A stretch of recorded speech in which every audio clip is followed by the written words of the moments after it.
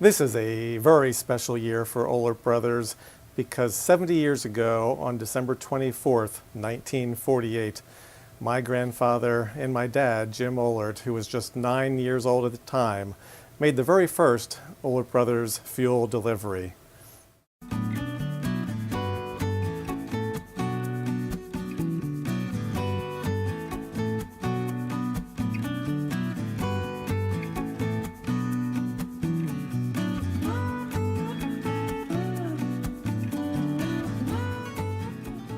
Thank you again for your long-standing business.